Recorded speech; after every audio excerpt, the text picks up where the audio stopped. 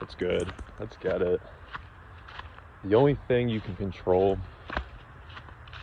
is yourself. And barely that. What made me think about this was the way we interact with each other, right? I don't know what that other person who I meet, what kind of energy they'll bring, or what they'll say, or what they'll do. But all I know is that I can come to them with joy, love, positivity, understanding, all that stuff. And that's doing my part in the interaction. And it's influencing them too. Because it makes it easier for them to be the same way towards me, right? If I come towards you with a scowl and short response, and even just like the inflection of my voice, I just say, "What's up?" It's different than saying, "Hey, how you doing?" And it affects the interactions you have with people, right? It affects the types of connections you make.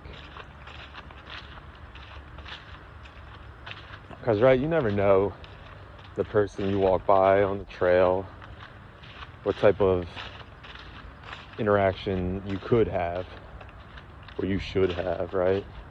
That's what I'm saying. Like, all you can control is yourself, right? To an extent. Right? You can't control the future. Can't do shit about the past. But what you got is the present. And why do they call it a present? Because it's a gift. It's a present.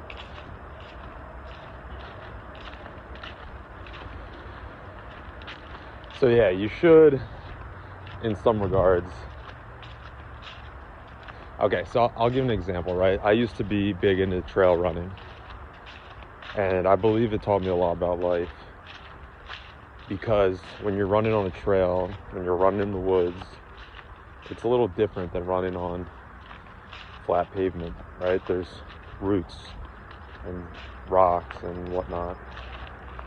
So yeah, you have to look down where your feet are going, right? Because that's the present, your immediate future, or where you're going. But if your head's just down in the dirt, then you're missing out on everything around you.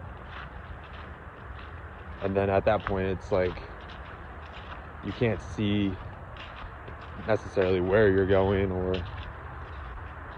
any beauty that might be in your environment. You miss out on seeing that, like the side quest type stuff.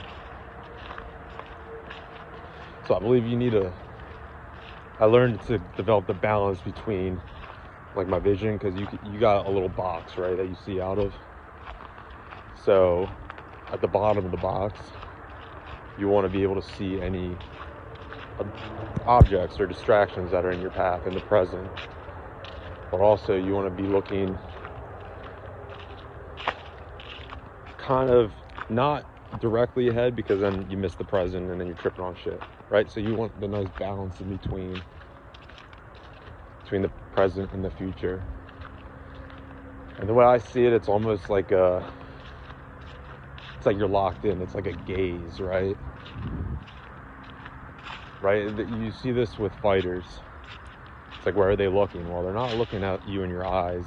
They're kind of looking at your entire body, so they can see everything that's coming at them. So you don't get hit with a head kick out of nowhere, shout Kamaru Usman, and get knocked the fuck out. So you need that balance between the present and the future, and then it's really up to you where you decide for that to be. But I believe it's in that kind of range where you're gonna find the most benefit and the most happiness. Because obviously trail running and running and exercise in general kind of sucks, you know? Yeah, it's fun, it can be fun, you set your mind to it and whatnot, put that in your brain. But if you're just out here just running to run and not enjoying the run, then what's the point? So we're going to take that to life. If you're out here just living life just to live and to whatever, get by and etc. Cool little rock. Then what's the point, right?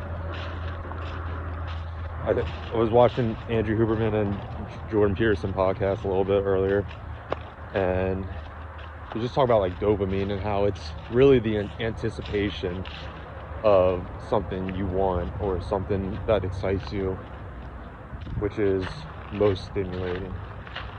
It's the anticipation, right? It's the journey, not the destination.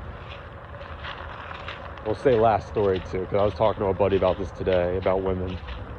He brought up the example of Jon Snow, right? He said he was the most good-looking guy. He was the most attractive guy on the show, but he chose to live that celibate lifestyle and fight. And what happened? So he followed his purpose, he followed his path that he chose, and he got the baddest bitch in the game. And I don't really remember exactly how that was, because I think they were somewhat related or something, so it was a little weird. But that's the point. Like, Brahmakara, like, you live your life for your purpose, and then the other stuff comes, right? The wife comes, the money comes, the happiness comes. But you need to determine, and it's not even like determine, but you gotta go along your journey in order to find that. And sometimes part of your journey is walking into a dead end, or rejection, or failure, or any of that stuff. And that's okay, because it's part of your journey. It's part of getting to where you want to go, ultimately, as long as you keep your path, keep the faith.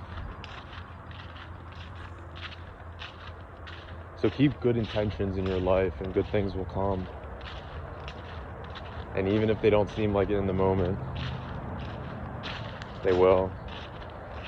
There's a quote, and it's controversial, but it's basically it's like, you get everything you ask for. And people are like, no, blah blah blah.